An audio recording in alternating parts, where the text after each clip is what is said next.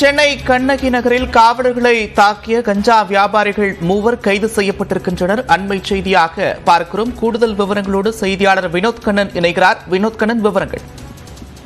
நந்தா, நேற்று சென்னை கண்ணகி நகரில் போலீசார் கஞ்சா போதையில் ரகளையில் ஈடுபட்டிருந்த இருவரை பிடிக்கச் சென்றிருந்தனர். அப்போது அந்த இருவரும் போலீசாரை கண்மூடித்தனமாக தாக்கியுள்ளனர். குறிப்பாக கையால் அடித்தும் தாக்கியுள்ளனர். அவர் கத்தியை வைத்து குத்துவதாக மிரட்டியுள்ளனர்.